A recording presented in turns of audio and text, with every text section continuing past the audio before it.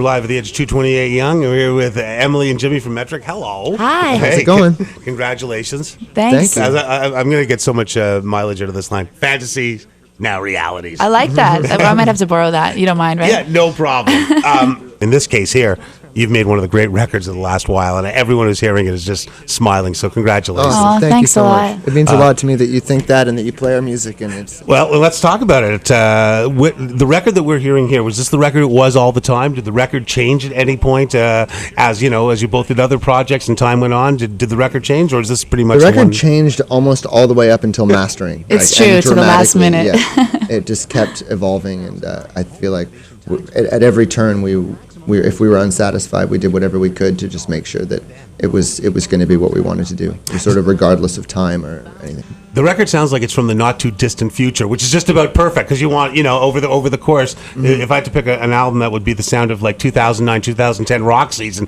that's what it sounds like. It sounds like That's awesome. Yeah, we definitely wanted to go into the future and not go retro. Right. Like there's a lot of tendencies to try and make records that sound like the records from the heyday, and from like the late 60s and 70s, and it doesn't really work like that. I mean, at the time those engineers were wearing white lab coats. Right. These guys were scientists, and that was Terry Watkinson from Max Webster. Yeah, and now people are like making stuff on laptops like us. Right. So I wanted to go future, not past. I like what you always say about that, too, that it's important to remember if you're going to let yourself be influenced by the work of other people, that when we romanticize the past, the people in the past, like for us, like those great Stones records, those great Beatles records, it's like those people were going as far as they could with the technology they had. They weren't trying to go backwards. So it's important that we kind of navigate. It's a digital world. There's a lot of debate about analog, digital, all these things that everyone's talking about in music. We got to go forward. That's the only direction to go. I'm already working, though, on a remix version of Gimme Sympathy because I don't know what to do. For me, it's the Beach Boys or the Who. So. Oh, yeah. Nice. I like that. He's giving us another line to work with. I'm totally going to say the Who from now on.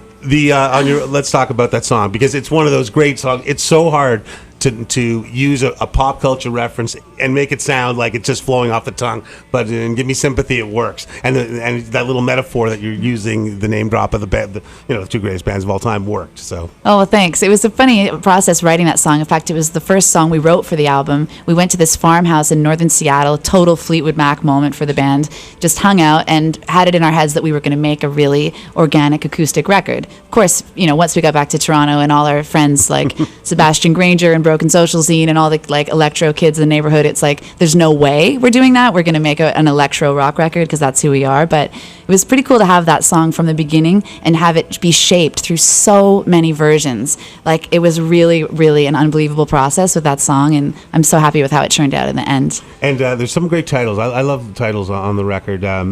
Collect Call, which is now a term that a whole generation is going to grow up not knowing what a collect call is. That's true, or a phone booth. Right, yeah, exactly. So that's or handwriting. Something that you're going to be giving, I have a feeling, probably later this summer, stadium love, because I think, you're going to end up there in something, maybe you and Bono, you guys Amphitheater will be love. something. Yeah. Hockey. Shed love. Like good old shed love. Hockey arena love, that works. You mentioned Jules and Joshua. Now, they pulled a new order and did the other two record since the last one. Yeah. It's when you had so much time off between records, it wasn't, you guys were pretty busy in between doing other things.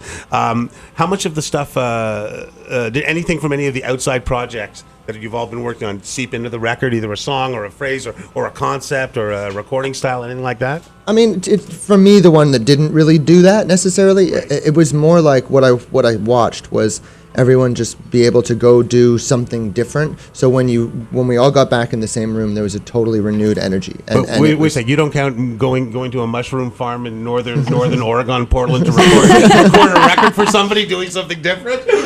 All right, we did everything totally different. You did You're give right. me a collect call from there. I do remember that, actually. I remember sitting in the office mushroom and talking. farm outside Portland. Hey, once again, congratulations. We'll see you next Tuesday and then on Edge Fest. So thanks very much. Amazing. Awesome, Thanks for having us. That anecdote?